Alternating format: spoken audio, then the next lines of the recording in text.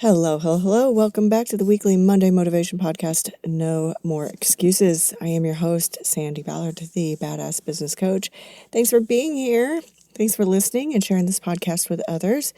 And yes, don't forget to follow me on Instagram, Facebook, my Badass Business Coach page, and LinkedIn. And as I've mentioned before, you may be getting the link to the podcast from Twitter, but I'm not overly active on there. But there you go. So you can always reach out to me, direct message me, email me, sandy@sandyballard.com, and check out my website, badassbusiness.coach. It's pretty simple. So there it is. There's ways to get a hold of me and follow me because I always have different articles, challenges, questions, and want your feedback and input. All right. So let's go. Last Monday's podcast was about envisioning your success and focusing on how it would feel to achieve it. Visualization is a great tool for people to help them really see what they want to achieve. And when you focus on that image, tapping into that feeling, what do you want to feel like? What feeling you want to have by deciding, that result you desire. By achieving that goal, or if you're looking at a picture, whatever it is, if you're imagining yourself, as I've talked about, I have photos on my vision board, and, when I focus on them and imagine that's me on the front cover of Success Magazine, or me on stage speaking to hundreds or thousands of people, I get that sense of success and significance and just, I don't know.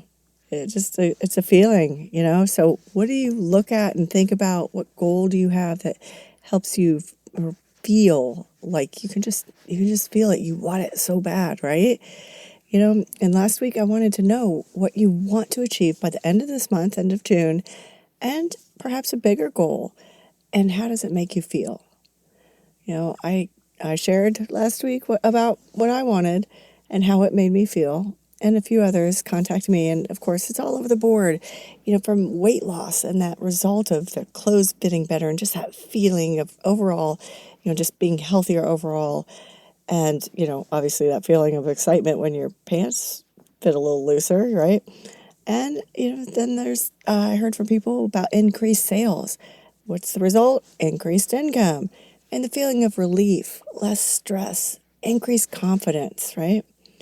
I talked a few weeks ago about sustaining the actions that are going to get you the results you desire. And all of that takes focus as well as the plan.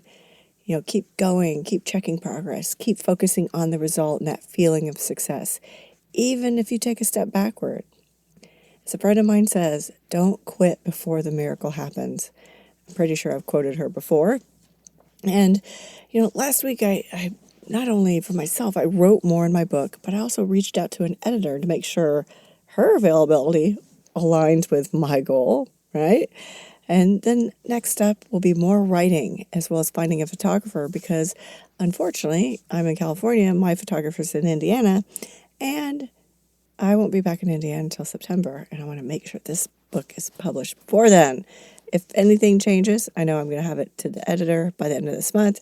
It'll be edited by July. If anything changes, I can always use Brenda in Indiana. If you need a photographer, Brenda Stables, she's amazing, right? But that's what I did last week, and that's where I'm staying on track. And the plan this week is to sustain my progress. And how I'm going to do that is accountability. Yes, I live and breathe by it. I've talked about it so much over the years of podcasting and in my talks to groups and coaching sessions. We all need help with it. And sometimes we need to be able to hold ourselves accountable. But how, right? I get asked that a lot. And so many people, they see me very dedicated, very habit driven. Yes, I'm a coach. I'm supposed to be, right? And I'm practicing what I preach. But for many of you, it's hard to hold yourself accountable because of the mindset or the negativity, or there's no repercussions if you don't achieve something, right?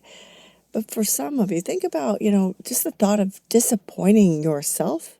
I mean, for me, that's enough. I can beat myself up better than anyone else, right? I have some clients that, they're their own worst enemies. But, other times it's the thought of disappointing someone else, especially if that person is depending on you and maybe you achieving this goal is somehow connected to something for them, right? So you don't want to let them down either.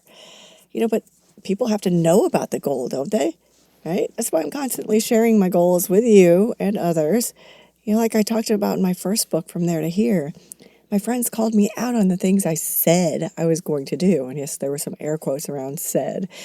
I admitted I had no plan. It was just a lot of talk and no action. So they, in a sense, were holding me accountable. But there was no accountability until it was time to do, right? So there was a lot of years of me just talking.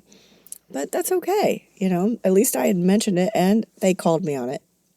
So the thing is, once I created that action plan and I started doing everything I practice, practicing what I preach and teach now about, I write down my goals. I share my goals with others. I share my deadlines.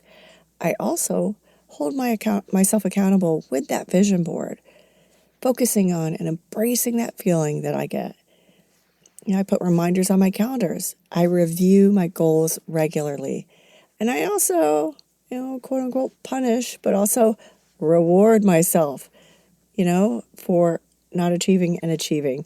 And it may sound a little odd, but I know many of you who are competitive and like I said earlier, harder on yourselves than anyone else. It's getting through that negative self-talk. It's not like you're going to say, oh, you're so stupid, you didn't achieve that. But, it's that, okay, well, if you didn't achieve that, you didn't do your work, you can't do X, Y, or Z, right?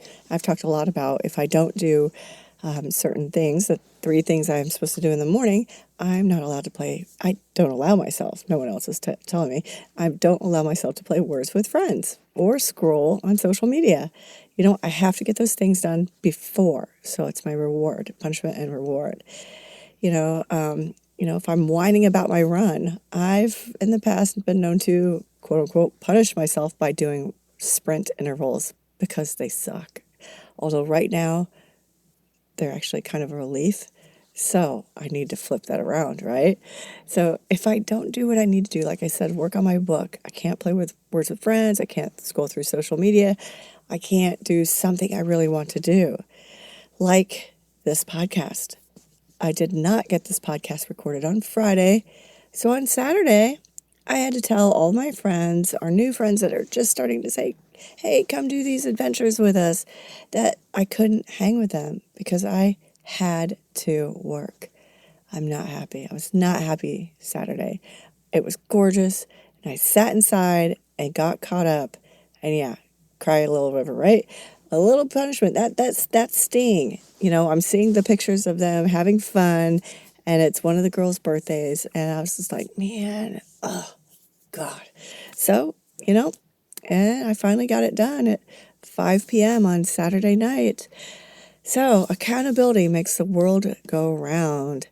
When you take ownership of what you're doing or not doing, that in a sense is holding yourself accountable because you own up to whatever the outcome is.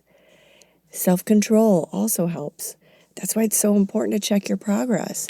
If you notice that you're not making progress on a goal or not getting certain things accomplished, identify why. What or who is distracting you?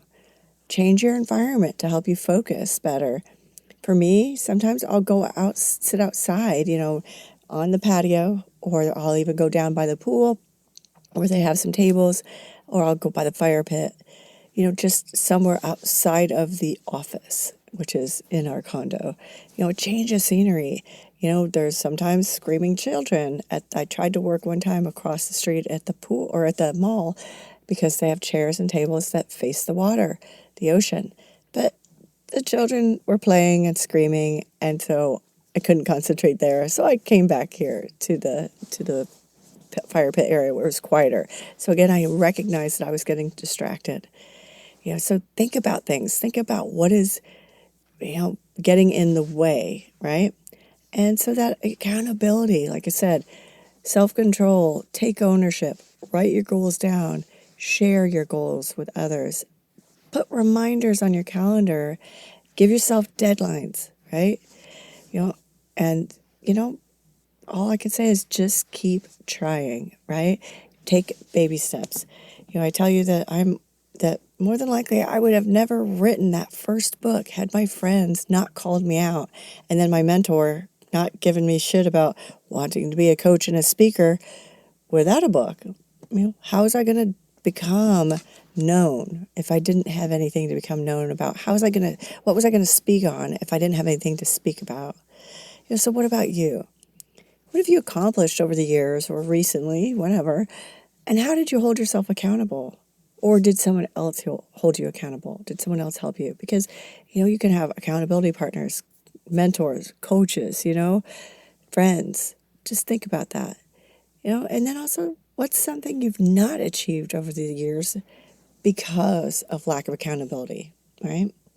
If there's always something getting in the way, like your mindset, like your environment, please direct message me, schedule a session with me, email me, sandy@sandyballard.com. Let me help you hold you accountable, but also help you find ways you can hold yourself accountable so you can and will achieve those goals. Have a great week. I look forward to hearing from you. Cheers.